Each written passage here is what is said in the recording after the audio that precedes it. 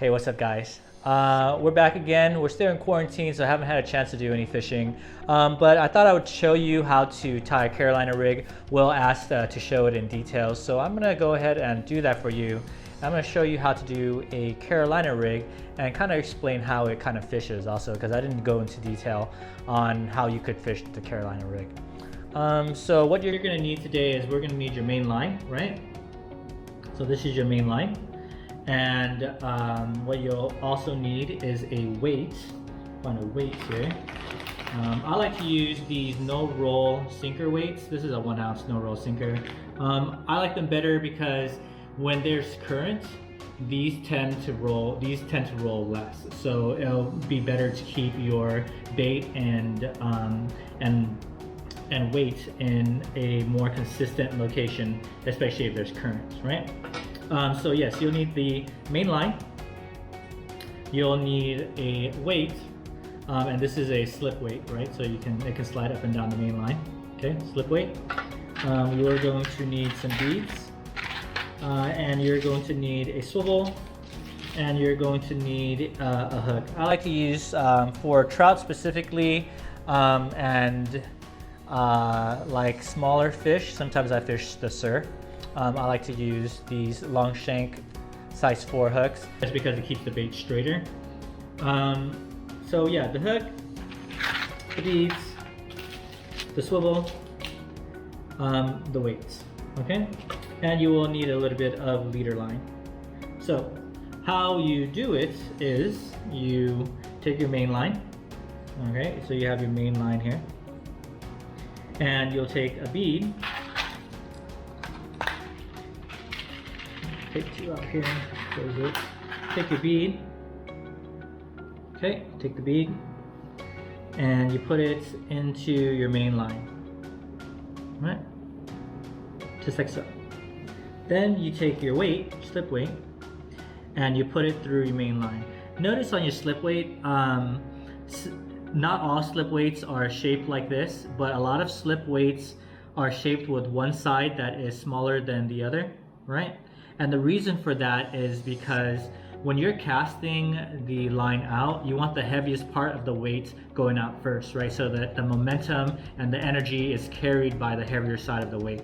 So that's why you want the heavier side of the weight that facing out as the way you cast, right? So you want to take the small end of the weight and you put the main line through that, right? So now we have the bead and the weight, and it slides up and down on the main line as so. Then you take a second bead and you put the bead through the main line as so, right? So now what you have is you have this thing that looks like as so. The reason why you use the beads is that the top bead will protect the eye, just in case you over reel and then you bring the weight up to the eye of your fishing pole. And the bottom bead is to protect the knot, because as you cast, right, this weight is sliding and then hitting the swivel. And so this is just, the bead is just to protect the knot so that the knot doesn't get compromised.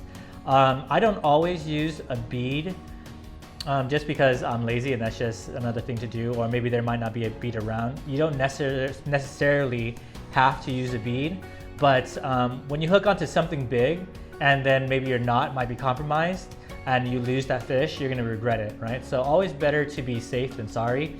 Use a bead if you can, but it's not necessarily necessary to have it, but you'll want it when you're in that one situation when you're catching your personal best, or you're catching a monster, you're catching something really big and you happen to lose it because your knot failed.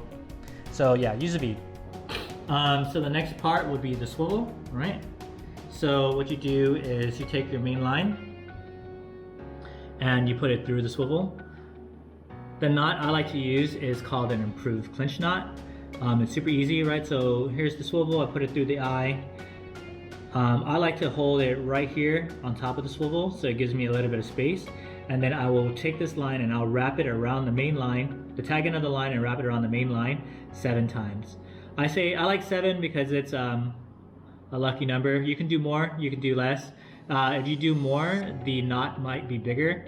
if you do less, the knot might not be as tight. So I like 7. 7 works for me.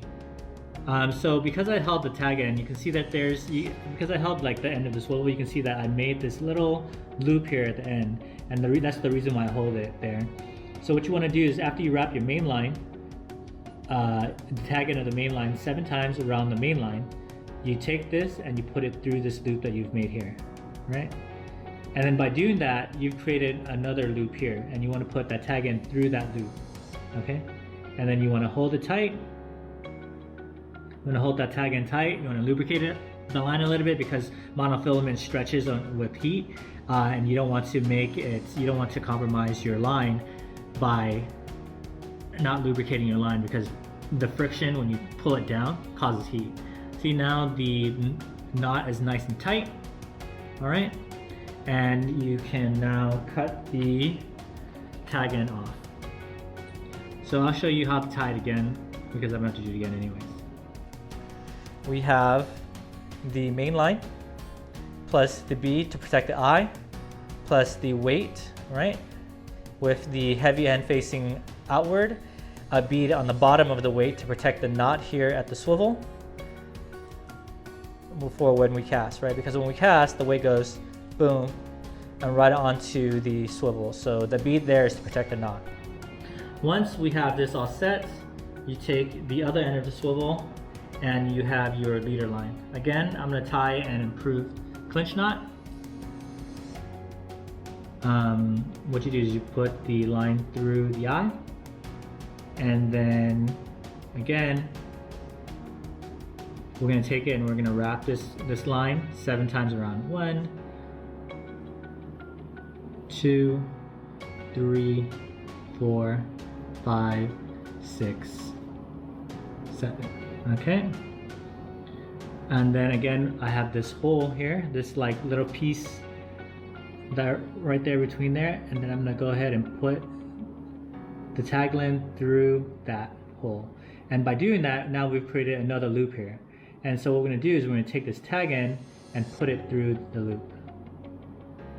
Right? And then we hold the tag end tight, lubricate the line, pull the line tight, and here we go. Now it's tight. Okay, so that is an improved clinch knot. All right, we clip off the tag end. So now we have our leader line connected tight. Now what I like to do with my hooks is I like to snell my hooks. You can still tie this hook with like you could tie the hook with a improved clinch knot. You can tie it with the Palomar knot. You can tie it with whichever knot you want. I personally prefer to snell my hooks. Here's an easy way to snell your hook. Okay, so snelling your hook. You take the hook, take the main line, you take the leader line, go into the eye of the hook. All right, you give yourself a little bit of tag end. The more tag end you have, the easier it'll be to tie. You give yourself a little bit of tag end, and then you just line it up straight with the hook, right? Now I like to pinch, and then I like to pull the tag end up. And now I'm gonna wrap the tag end 7 times around the line and the hook. All right, 1, 2, 3, 4, 5, 6, 7. And it really helps if when you're doing the wrapping that it's neat, because it'll just make the knot look a lot cleaner. All right, so what I did there, right, by holding the end of the line when I wrapped it, is I created this little eye here. I'm gonna take the tag end and go through that eye. Okay, and then now that I've gone through that eye, what I do is I'm going to hold the tag end real tight. Get that. I didn't give myself long enough of a tag end. That's why when you give yourself a tag end, you want it to be nice and long so that you have that, right? So what you do is you're going to grab that tag end, but then you're going to grab, this was the other end of the line, right? And you're actually going to pull this one tight. So when you pull this one tight, you can see that the knot kind of tightens up on itself and your tag end is still there. Hold onto the tag end tight, pull onto this end, and notice the knot is nice and tight. Okay, and nice and neat. And then we can go ahead and clip off the tag end. So that right there is a Carolina rig. Here's your hook that's been snelled to the leader line, which leads to your swivel, right? Which then leads to your beads and your weight onto your main line. So now how would you fish this? So when you're fishing a Carolina rig, what happens is that you chuck it out there and the weight sinks to the bottom, right? So now the weight's at the bottom, okay? And when you fish with like a bait that floats, let's say you're using like power bait or a floating worm, the bait will float in the water column the length of your leader, right? So the length of your leader line, and if you have a floating bait, it'll float, right? So it'll float that far off the bottom because the weight is holding everything onto the bottom, and this will float. And then that will give the opportunity for the fish to see the bait and attack it, right?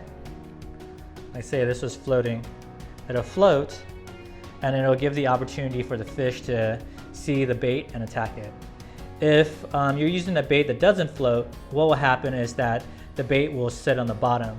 So people who fish for bass using a Carolina rig will generally, the bait will be on the bottom, and they'll just drag it along the bottom, slowly drag it along the bottom, wait for the fish to see the movement and attack it.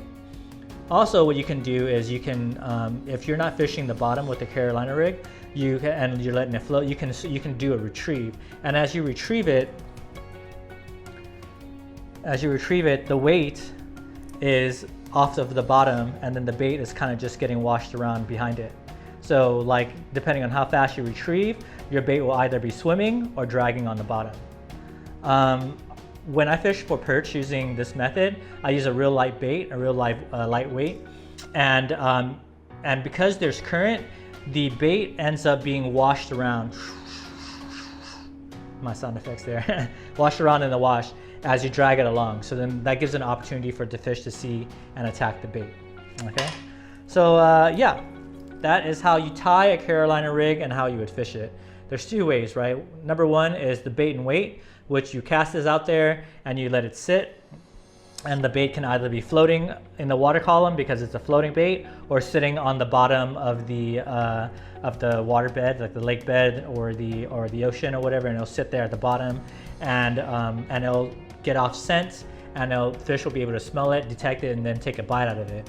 Or you can do the active way of fishing it, which is like slow retrieve, which then you would be retrieving the bait along the bottom or in the water column, depending on how fast you retrieve. Cool, I hope this was informative. I will be doing other rig tying videos, but as necessary, like when I'm doing fishing. Like I plan to, when I'm fishing out there, I will be using specific rigs, and before I go out that day, I'll make a video specifying which rig I'm using, so then that way, we can all learn how to do this together. Again, I'm still learning, and I'm sure that some of you watching are still learning. So yeah, I hope we just learn together. Cool, I'll catch you next time.